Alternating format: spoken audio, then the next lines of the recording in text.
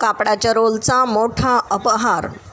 78,82,184 रुपये किमतीचे कापडाचे रोल जप्त. स्थानिक गुन्हे शाखा अहिल्यानगरची राजस्थान राज्यात कारवाई. सविस्तर वृत्त असं. फिर्यादी अमरीश कुमार गुप्ता या गुजरात राज्यातील व्यापाऱ्याने 555 कापडाचे रोल बंगलोरला घेऊन जाण्यासाठी कंपनीच्या कंटेनर चालकावर सोपवले होते. परंतु चालक संजय कुमार आणि नंदलाल मीना यांनी संगनमत करून कंपनीच्या या मालाचा अपहार केला. सदर घटनेबाबत अहिल्यानगर येथील कोतवाली पोलीस ठाण्यात गुन्हा रजिस्टर नंबर 210 नुसार गुन्हा दाखल करण्यात आला होता. पोलीस अधीक्षक सोमनाथ घारगे यांच्या आदेशानुसार स्थानिक गुन्हे शाखेच्या पथकाने गुन्हा घडला त्या ठिकाणी भेट दिली.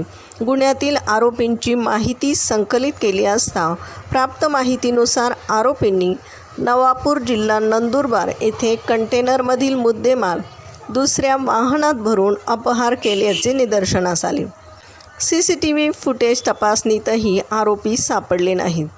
त्यानंतर व्यावसायिक कौशल्य वापरत जयपूर राजस्थानपर्यंत तपास केला. सदरचा मुद्देमाल राजस्थान येथे लपवल्याचे त्यानुसार समजले.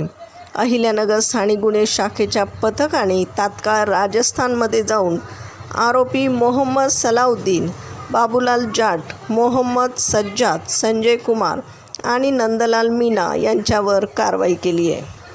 सदर ठिकाणाहून 470 कापडाचे रोल रुपये 78,82,184 रुपये किमतीचा मुद्देमाल हस्तगत करण्यात आला आहे.